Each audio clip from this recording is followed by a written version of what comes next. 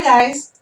So I'm breaking my long silence today because there was a report that came out earlier this week from ProPublica and NPR about how the Red Cross spent the $500 million that they raised after the earthquake in Haiti. So I have the link to the article in my description box, and I also have the link to the podcast, so feel free to check those out. But the question that prompted for me is, how would I spend the Red Cross's $500 million in Haiti? And so I came up with 5 ways to better spend a $500 million in Haiti.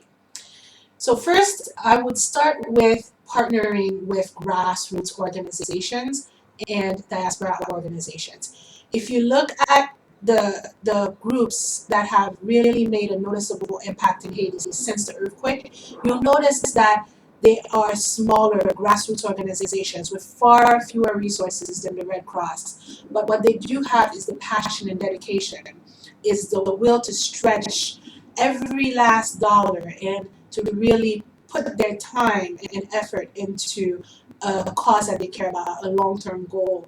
So you'll see that if you really want to make a difference in Haiti, you will really look at those smaller organizations and look at their track record and really invest in them and take a chance on them. I mean, take a chance on the kid who just graduated from FAU or FIU or wherever, but who has that passion for Haiti and knows the language and is willing to go full force and has so much to prove. When you keep investing in the same old organizations, whether it's a huge organization or a smaller, medium-sized organization, but it's the same old, you lose out on that new energy. You lose out on that new passion and that will for a smaller group who really wants to prove themselves and who really cares. So these are the things that, like I said, you can't buy. So I think it was a huge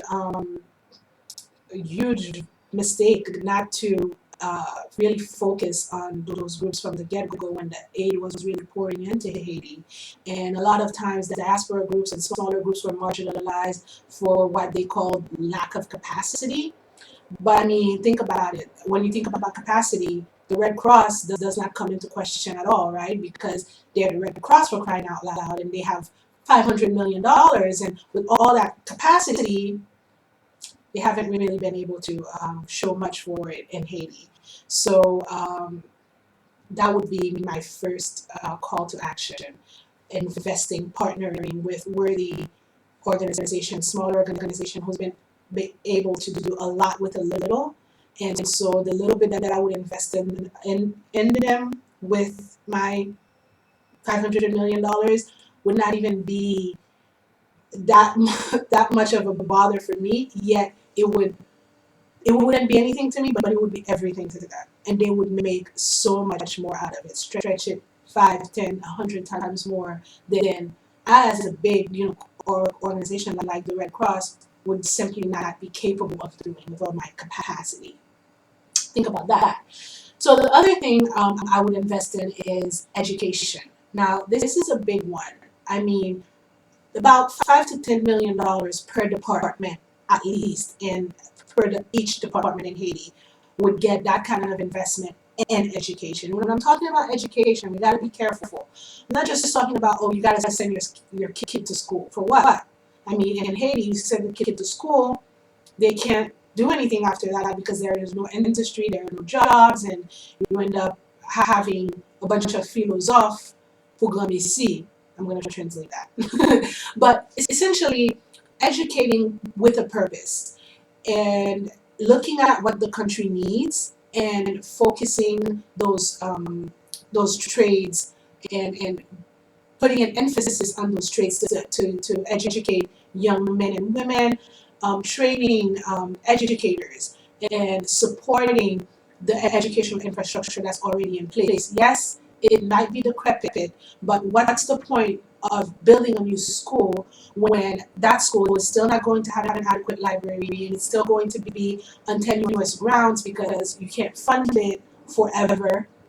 So looking at what's there in terms of schools and educational establishments and putting in supporting infrastructure, libraries, technical labs, after school programs and all of that good stuff to really keep that school running and to give the kids a richer base, a better foundation in their education would be key. And that's what I'm talking about when I say at least 5 to 10 million per department for education. I'm not talking about the ABCs here. I'm talking about looking at what Haiti has and what Haiti would need in the future and focusing in on that and honing in on that, going in for that, educating from the little kids to the youth and trades and technical skills and the adults as well in terms of being able to do more practical things that's going to ensure a livelihood for them in their future. So education, that's two.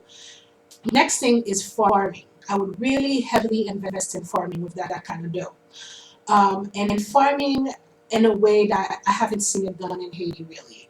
I mean, you have farmers, they have the land, but unfortunately, they all have just like that one shovel.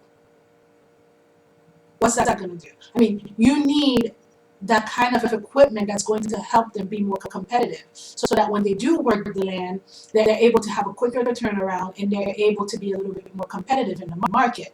Because once that poor farmer works the land, whatever and he's finally able to harvest, whatever he's able to sell is going to be more expensive than what's being imported.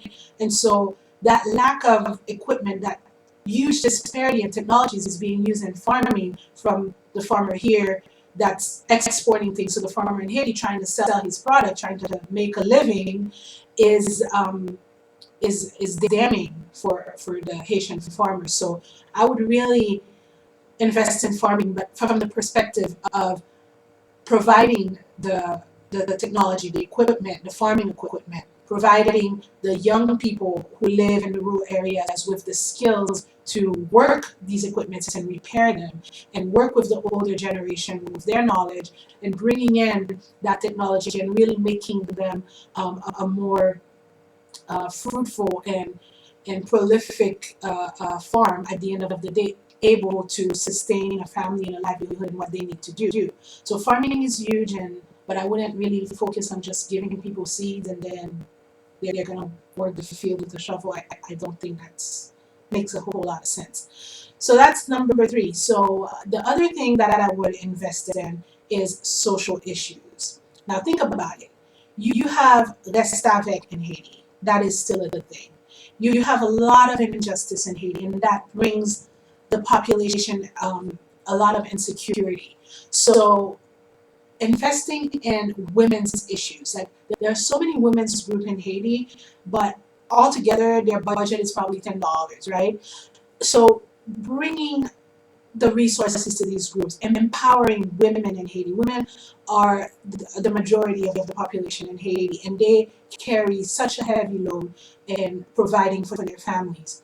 Now, if you start to empower them, not just as small merchants, petit commerçant or whatever, petit machin, but really giving them the skills that they need to develop the economy and become more stable, sustainable breadwinners, then all of a sudden you elevate the whole society. So social issues, women's issues, that would get, at least another $50 million out of all that money that I have, because I have the Red Cross is $500 million, don't forget. Lastly, but definitely important as well, I would invest in technology and solar energy in Haiti. I mean, we have a huge crisis in Haiti of power, and I don't know how we expect the country to develop when people don't have electricity. I mean, think about this country. What would you do if you came home and you had no power? Or you went to work and you have no power? I mean, this is a reality in Haiti. And I'm not talking about 2%, 1% of people who may have a generator. I'm talking about the population in Haiti who basically is still deprived of electricity. So investing in solar energy in Haiti is so key. I mean, we have a wealth of sunshine and sunlight in Haiti. So why are we not putting our resources into developing solar energy and bringing electricity to the population at large? That would be key. Technology, the importance of that cannot be overstated for Haiti. I mean, that's really the only way Haiti can catch up at this point, because we're so far behind and our kids are not at all competitive in the global market. So bringing technology, giving them access to that information, starting to get people accustomed to getting information on the internet, thinking in a different way, finding the right answers to their questions, not always deferring to superstition or people who don't really know very much themselves, would actually open the world to these kids and really make a huge difference in Haiti. Investing, bringing the easier access to the internet, to computers, and to other kind of equipment, because different regions would benefit from different kinds of technology. Like I was saying, in the rural areas, you would have more sophisticated equipment for farming, and in other areas, whether it's fishing or just elevating people in that manner, would be a huge thing in Haiti. So these are the 5 ways I would invest, or 5 better ways to spend $500 million in Haiti. Partnering with grassroots organizations, investing in education in a more practical and well thought out manner, investing in farming equipment and educating the youth in the rural areas on how to use and repair these equipments, and investing in addressing social issues and women's issues, and lastly, investing in energy and technology. So I hope you got something out of this video. And I definitely hope that people start looking at Haiti and spending money in Haiti in a different way, in a way that is not going to be wasteful, in a way that we're not going to wait another couple years to hear, oh wow, look what we did with all this money, it's all wasted. Yeah, really, you think? I could have told you that. So thank you guys for watching. My name is Mali. I am a Haiti Hope Ambassador, and have a good one.